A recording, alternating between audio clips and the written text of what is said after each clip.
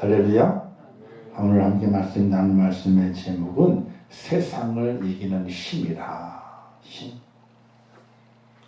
힘이 있어야 돼요. 힘이 없으면은 우리가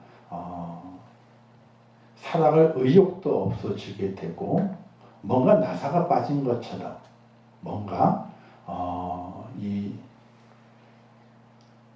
중심에 자리 잡고 있어야 될 그 핵심적인 것이 없는 것처럼 사람이 흐물흐물, 몸도 흐물흐물, 생각도 흐물흐물, 마음의 자세도 흐물흐물, 그렇게 우리가 전락해 버릴 수밖에 없습니다. 이 세상에서의 삶을 사람이 말하게 되죠. 생존 경쟁이라 이렇게 얘기도 하고요. 또는 인생의 전쟁이라. 총소리만 들리지 않았지 전쟁이라고 말합니다. 학교에서도 전쟁이 일어나게 되죠. 수능 준비 때문에. 사람은 간혹 그럴 때가 있습니다. 갑자기 힘이 쭉 빠져버려요. 그리고 생각이 멍해져요. 그리고 도저히 인생의 삶을 계산해 가야 되는데 그 계산이 안 돼. 계산이 안 돼. 그럴 때에 힘이 빠지게 돼. 인생은 전쟁이라고 말합니다. 자유 경쟁이 보장된 사회이기 때문에 좋다라고 하지만요. 그 자유 경쟁이라고 하는 것이요. 엄청난 싸움이거든요. 충분히 싸워라. 힘을 다해 싸워라. 이걸 부추기고 있는 거거든요, 사실은. 전쟁이 시작되고 있습니다. 살지 않으면 죽는 거예요. 전쟁은 그래요. 전쟁 2등이 없어요. 학교에 공부에는 2등이 있거든요. 1등 있고 2등이 있잖아요. 전쟁은 2등이 없어요. 왜? 전쟁의 2등은 죽는 거기 때문에 그래요. 1등만 살아남는 거예요.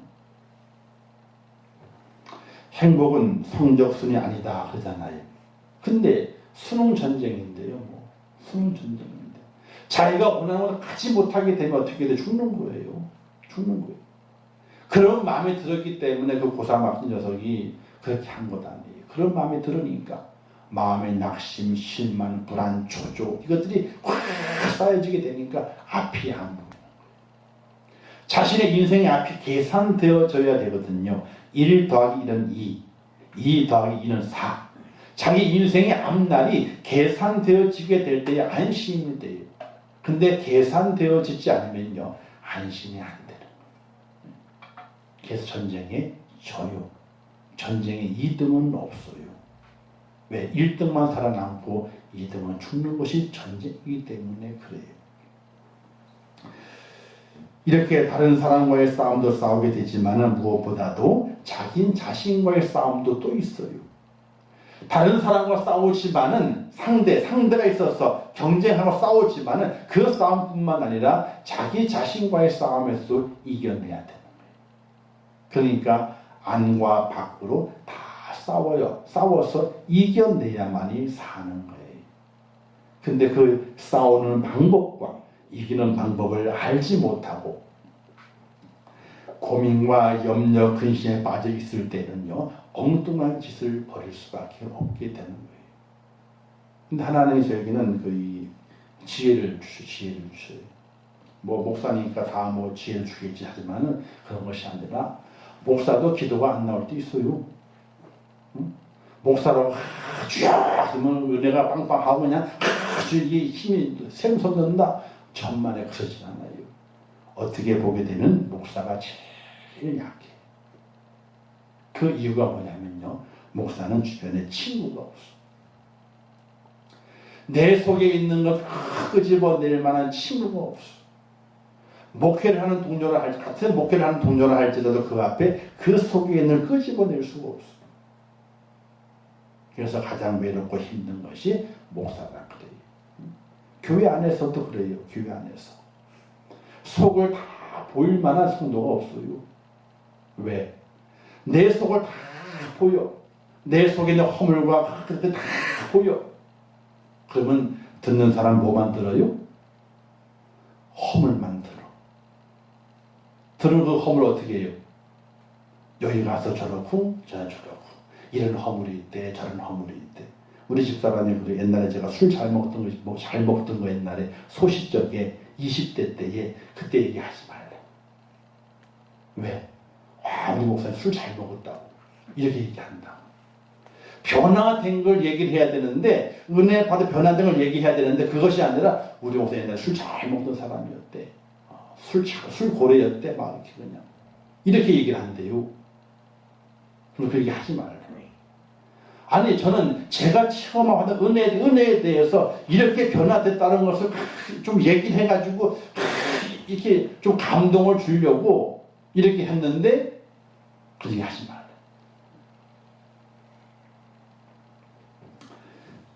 그래서 목사는 외로워요. 외로워. 내 속에 있는 것을 보여줄 사람이 없어. 그래서 누구만 들지 볼까요? 사모만 볼까? 저기다가 막 해대 그냥. 누구에게 화내야 될 화를 못 내셔도 막 화를 뒤틀어 볼까 그냥. 그럼 나중에 집사람이 그래. 응? 왜 나한테 그러냐고. 그래. 막 뭐라 그럴 때도 있어. 우리 속에 존재하고 있는 내적인 싸움과 외적인 싸움이 있습니다. 이 싸움을 우리는 잘 이겨내야만이 살아가는 인생의 삶을 행복하고 뭔가 가치 있는 것으로 만들어 갈 수 있게 되는 것이. 그런데 우리 믿음의 사람에게는 이 싸움 외에 또 하나의 싸움이 있어요. 이게 바로 어떤 싸움이냐? 바로 영적 싸움이라고 하는 것이에요. 보이지 않으나 분명히 존재하는 사탄과 그 악한 영들과 그의 술수와 우리는 싸워가야 돼요. 하나님을 부인하고 복음을 거절하는 세상과 싸워가야 돼요. 이렇게 이 세상에서 살아간다는 그 자체가 하나의 전투요, 세상은 전쟁터이며 인생은 싸움의 연속이라고 말할 수 있어요. 그러니까 우리 믿음의 사람은 싸움이 세 가지. 상대방이 있어. 그 상대방과 싸워야 돼. 나 자신과 싸워야 돼. 그리고 영적 싸움, 사탄 마귀의 권세와 싸워야 되는 거예요.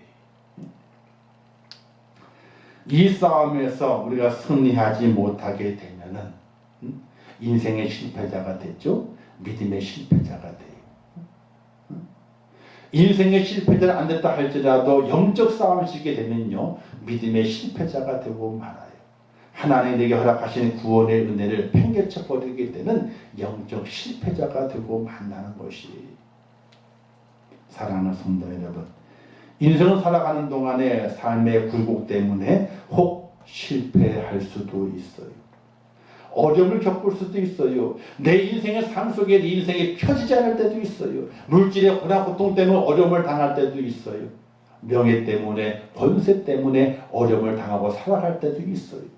그러나 그 인생의 삶은요, 그렇게 살아도 괜찮아. 내가 많은 사람들 앞에 떳떳하고 깨끗하고 청렴하게 살아서 또 그들에게 청렴의 그 본을 보여주고 살아갈 수 있다면 그것으로 만족할 수도 있어요. 왜? 이 땅의 삶은 길어봐야 80, 90, 100이면 끝나고 말거든요.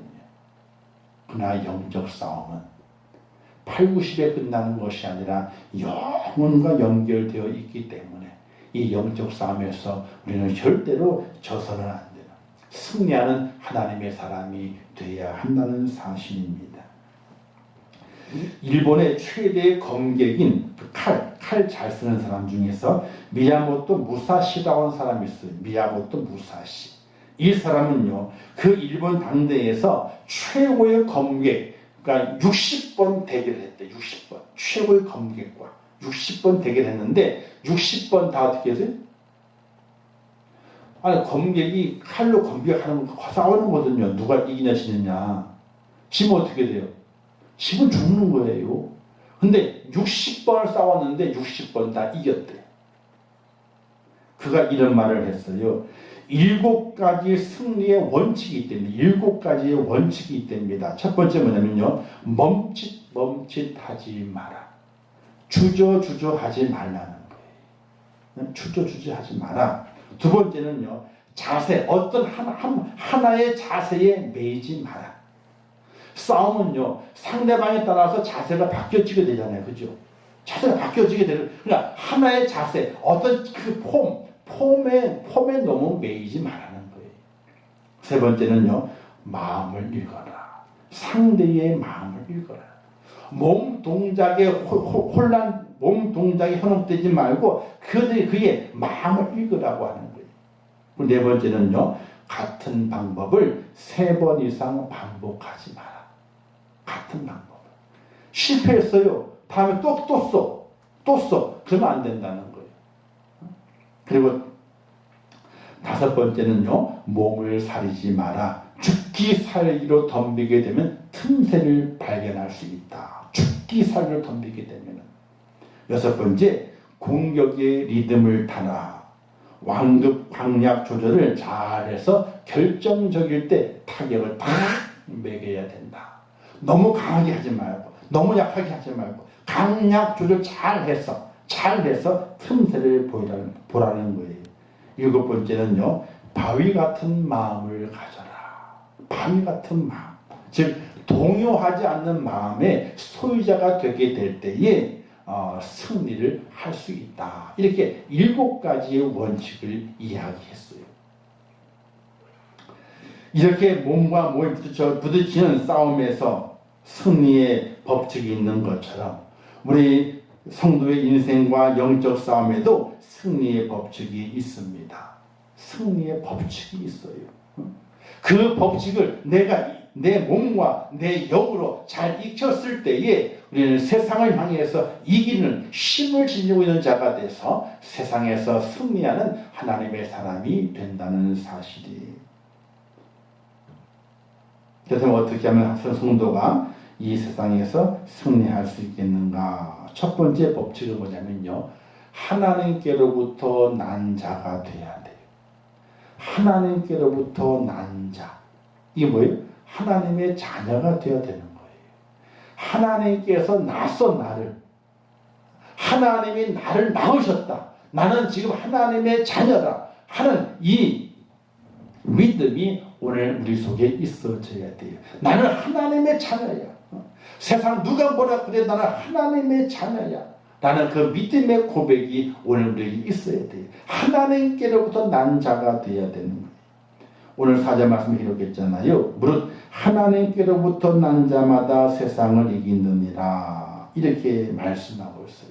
가장 첫 번째 전제 조건, 세상을 이기는 그 힘을 가진 자, 세상을 이기는 그 하나님의 사람이 되기에 첫 번째 조건이 뭐냐면요, 하나님께로부터 난 자가 되어야 돼요.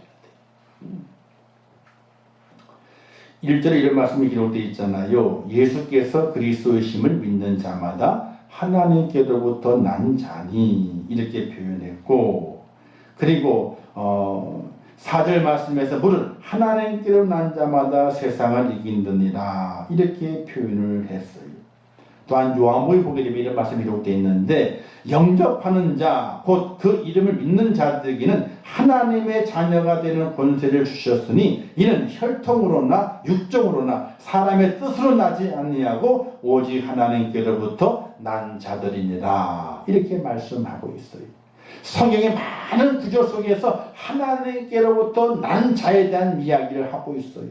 그러면 하나님께로부터 난 자가 누구냐?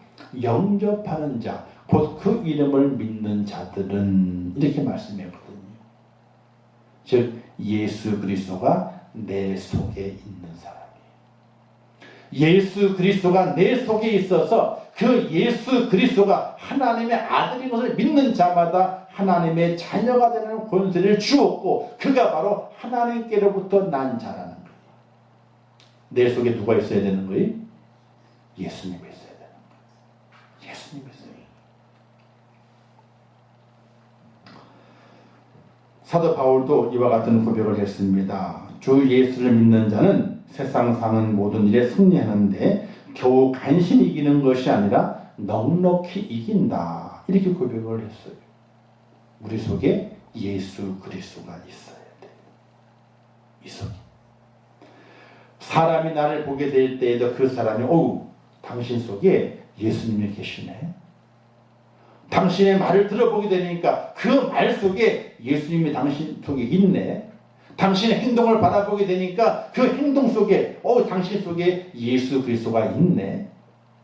이렇게 예수 그리스도가 내 속에 있는 것이 발견되는 사람, 내 속에 있는 사람, 영접해서 내가 나의 주인이 아니라 나의 주인은 바로 예수 그리스도이시라고 고백하고 그 고백한 그 예수님께서 내 속에 있는 사람, 그 사람이 하나님께로부터 난 자라. 어떤 분이 이 세상의 그리스도인들을 세 종류로 구분했어요. 첫 번째는 세상으로부터 도망치려는 사람이 됩니다. 그리스도인인데 하나님의 사람인데 세상으로부터 도망치는 사람이 됩니다. 기독교 역사를 보게 되면 그런 경우도 있었습니다. 세상과 사람들을 떠나서 수도원을 만들어 가지고 세상과 담을 쌓고 살던 사람들이 있습니다. 자기들만의 공동체를 만들고 거기서 자기들이 바라는 순수한 신앙을 지키려고 노력을 하는 사람들이 있었습니다. 수녀원을 만들고 수도원을 만들어서 산속 깊은 곳에 들어가 사는 거예요. 불교 절이 유명한 산만 다 있잖아요. 그렇죠? 근데 그 불교가 언제 들어갔냐면요. 산속에 원래는 불교가 산속에 있지 않았어요. 고려시대만 해도 숭불정책, 불교를 숭상한 정책을 썼어요. 고려시대 때에. 불교 사회였거든요. 그래서 그 불교의 절들이 다 도시에 있어, 마을에 있었어요. 마을에. 근데 이성계가 조선을 일으키면서 숭유억불 정책을 썼어요.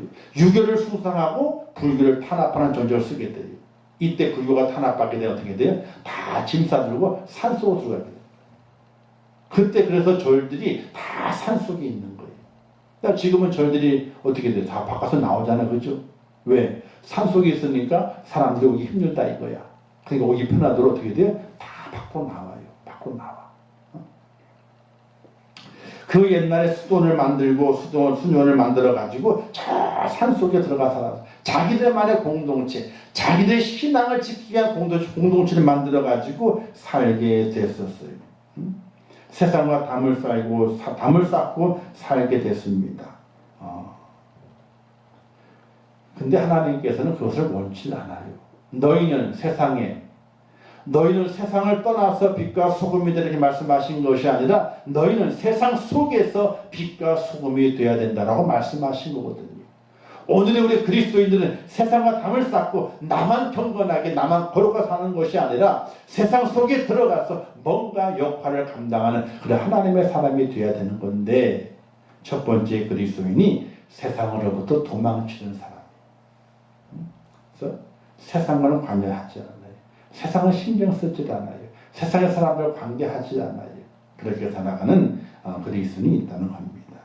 두 번째는요. 세상과 타협하고 그 속에 빠져드는 사람이 있다는 겁니다.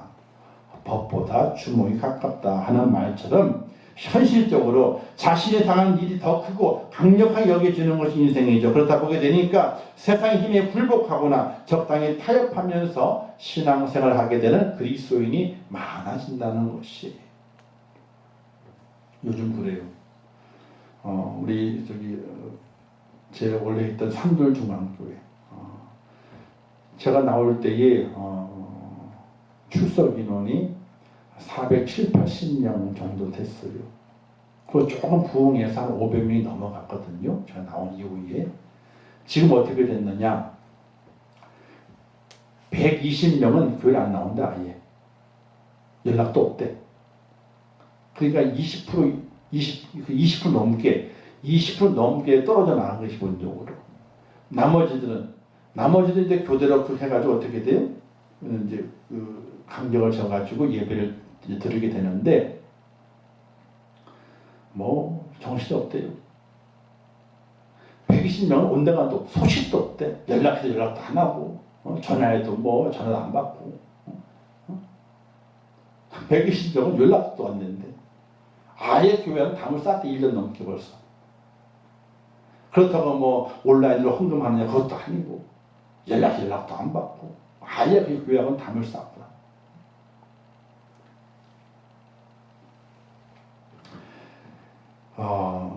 세상에 타협하고 세상의 힘에 굴복하며 살아가는 그 성도가 더욱더 많이 늘어나게 돼요. 그리고 코로나 시대가 되면서 온라인 예배를 합법적인 예배로 인정했잖아요. 그죠? 이제 보세요. 교회 안 와요. 모두 교회를 귀찮게 가. 집에서 예배 드리지.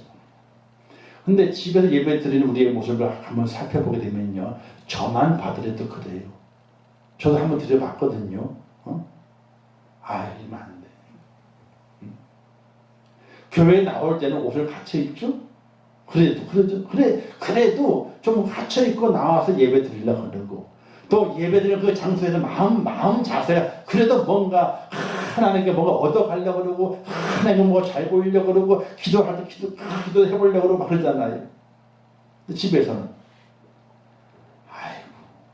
한 번, 두 번은 겨우 가능할지 모르지만은 그 다음에는요, 그 시간 맞추기도 힘들어. 그 시간 맞추기도. 왜 그렇게 바쁜지. 세상과 타협을 하는 거예요. 이게 한국교회가 이 코로나 시대를 통해서 한국교회가 어떻게 가야 될 것인가. 갈 방향이 없어요. 너무나 많은 걸 타협해버렸기 때문에, 그것이 옳다라고 인정을 해버렸기 때문에 그리 더 가더라도 막을 방법이 없는 거예요.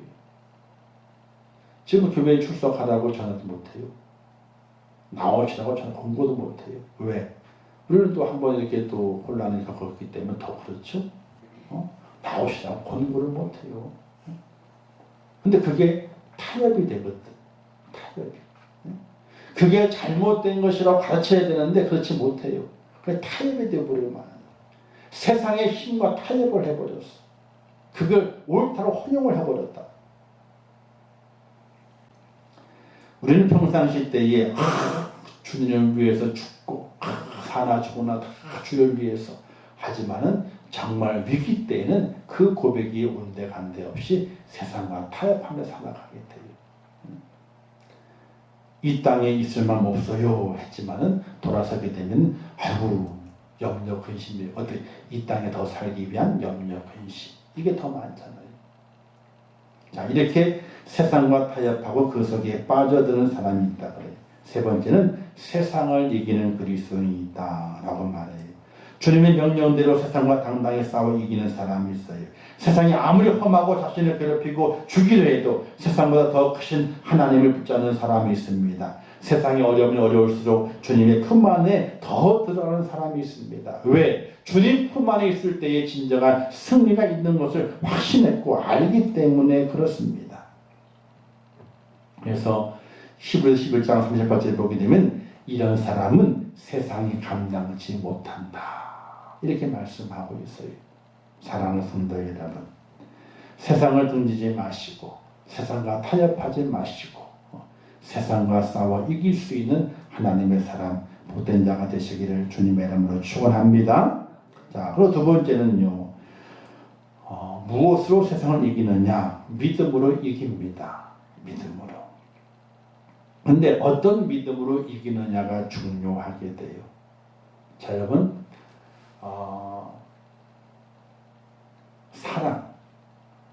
사랑이 열매 맺기 위해서 필요한 것이 있어요. 사랑이 열매 맺기 위해서.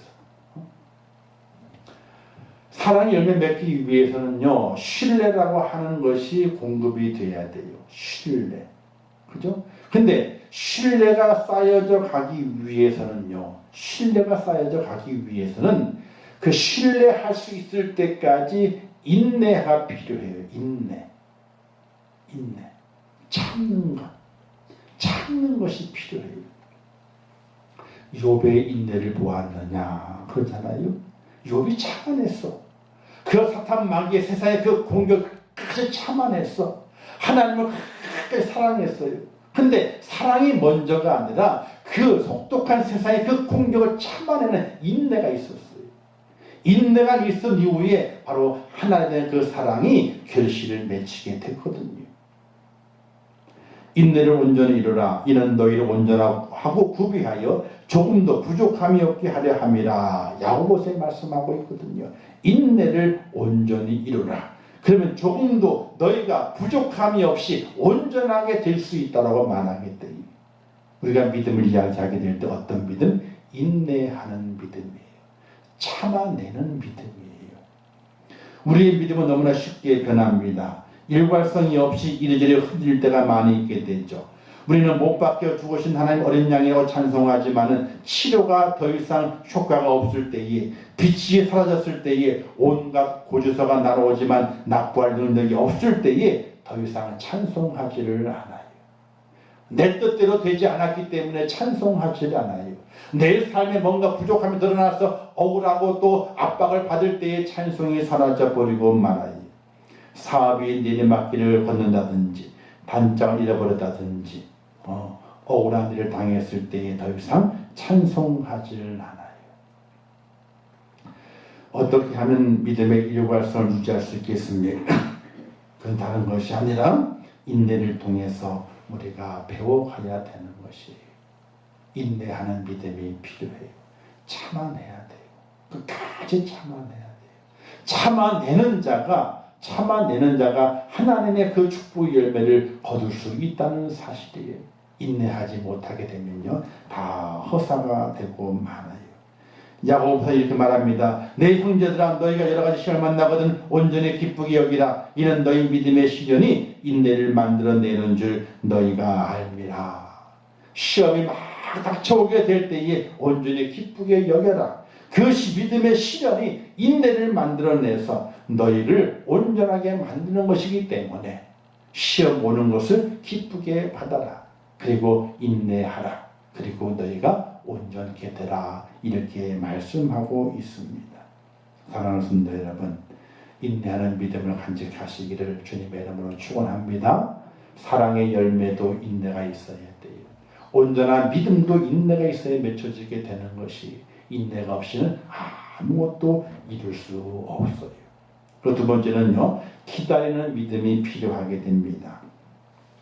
쉽게 낙심하거나 포기하면 좋은 믿음의 사람이 될 수가 없습니다. 우리 주님 말씀하죠. 항상 기도하고 낭망치 말아야 될 것을 저에게 비유하여 가라사대, 이렇게 말씀하시면서 누가복음 18장 말씀에서 재판관을 찾아가게 되는 한 과부의 이야기를 하게 돼요. 계속 두드려요. 언제 때까지? 그 재판관이 자기의 말을 들어줄 때까지 두드리고 기다리는 거예요. 두드리고 기다리는 거예요.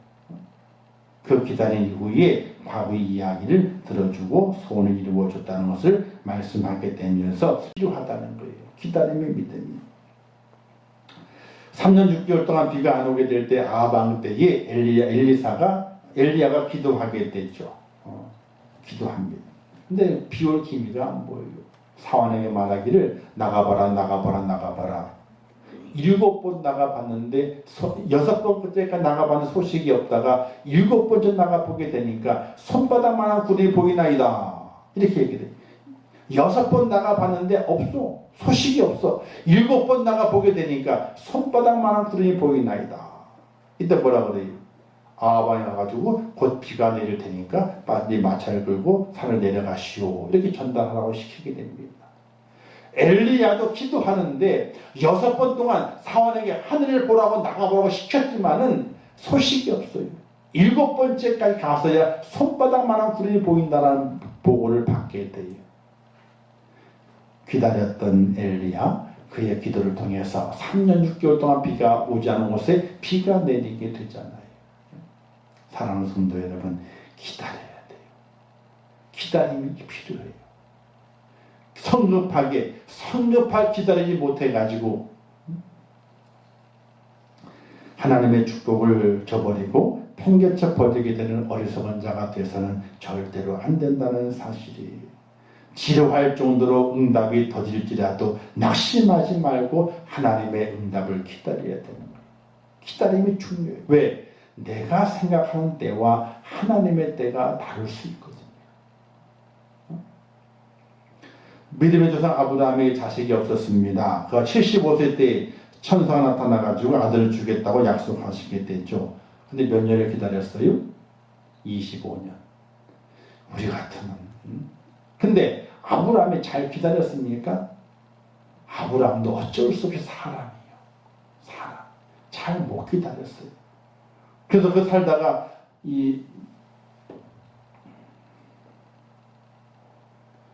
하나님의 방법이 딴 방법이 있겠구나. 사라를 통해서가 아니라 딴 여자를 통해서 얻을 수 있겠구나. 그래가지고 어떻게 돼요? 사라가 그 하갈을 아브라함에게 넣어줘요. 그리고 잠을 자게 만들어요. 덜컥 애가 생겼는데 금방. 야, 이게 하나님의 뜻인가 보다.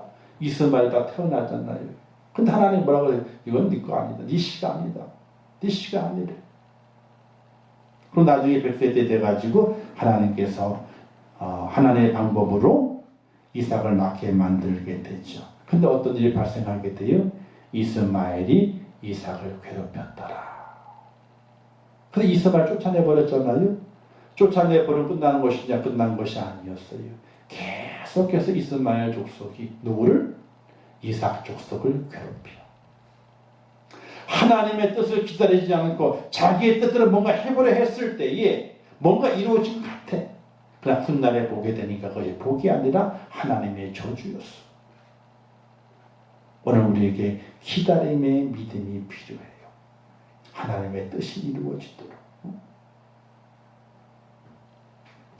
하박국 2장 3절에 이런 말씀이 있습니다. 이 묵시는 정한 때가 있나니 그 종말에 속히 이르렀고 결코 거짓되지 아니하리라. 비록 더딜지라도 기다리라. 지체되지 않고 정령 응하리라. 이렇게 말씀하고 있습니다. 기다려라. 그러면 정령 지체하지 않고 이루리라. 이렇게 말씀하고 있어요.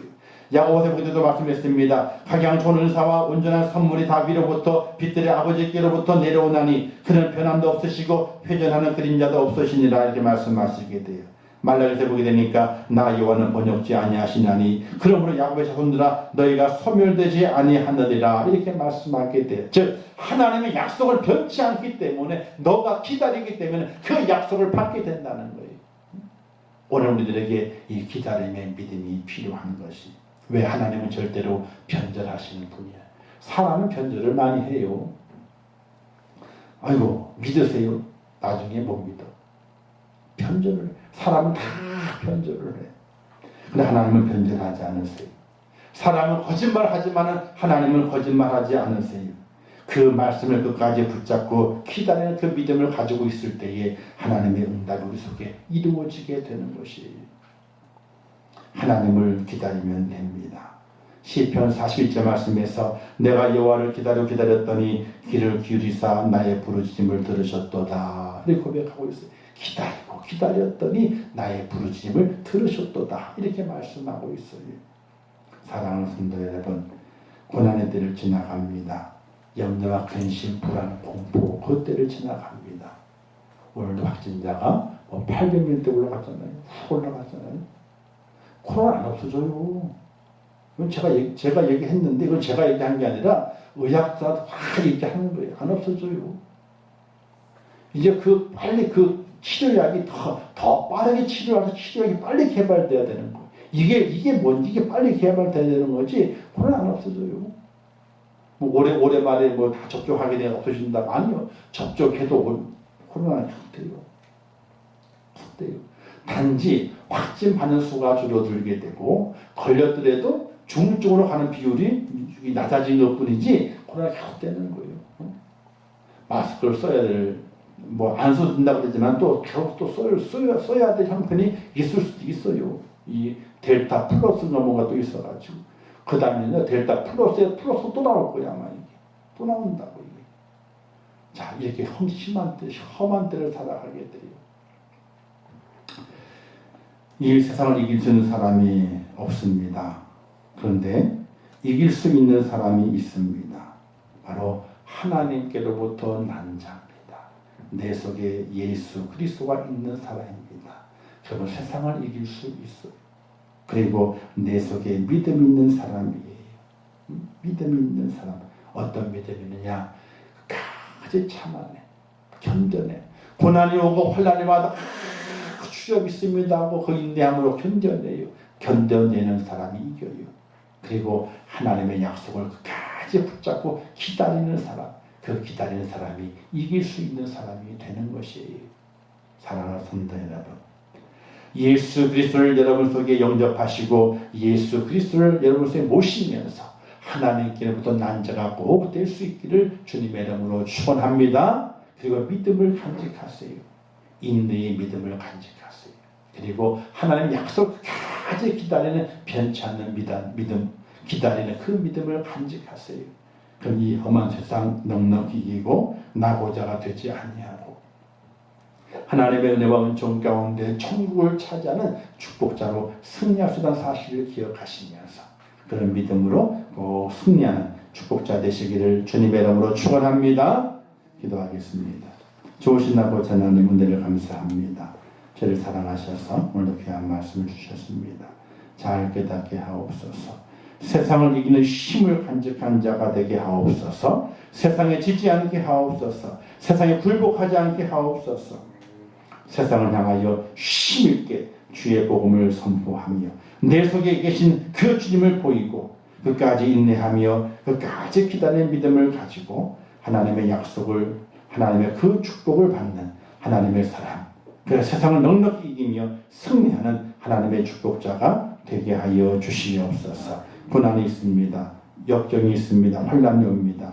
두려운 마음 다 벗어버리기도 하시고 늘 주 안의 평안에 찬송하며 사랑하는 제가 될 수 있도록 은혜를 더해주시고 또 이번 주에는 맥주 감사 주일입니다. 아버지 진정한 감사가 있는 주일로 지키게 하옵소서.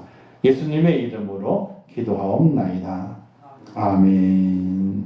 하늘에 계신 우리 아버지여 이름이 거룩히 여김을 받으시오며 나라에 임하옵시오며 뜻이 하늘에서 이룬 것 같이 땅에서도 이루어지리라.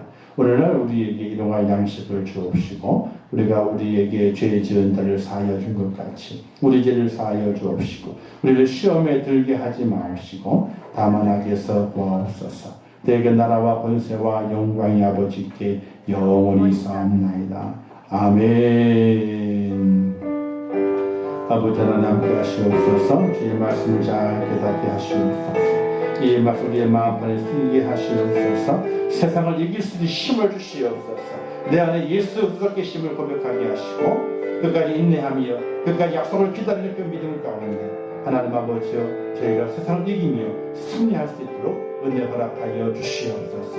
함께 하실 것을 믿습니다. 저희를 도와주시고 주의 사랑으로 강건하게 하옵소서.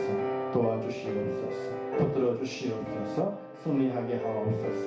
아버지 도와주시옵소서. 이기게 하옵소서. 아버지 승리하는 믿음의 소유자가 될 수 있도록 하나님을 축복하시고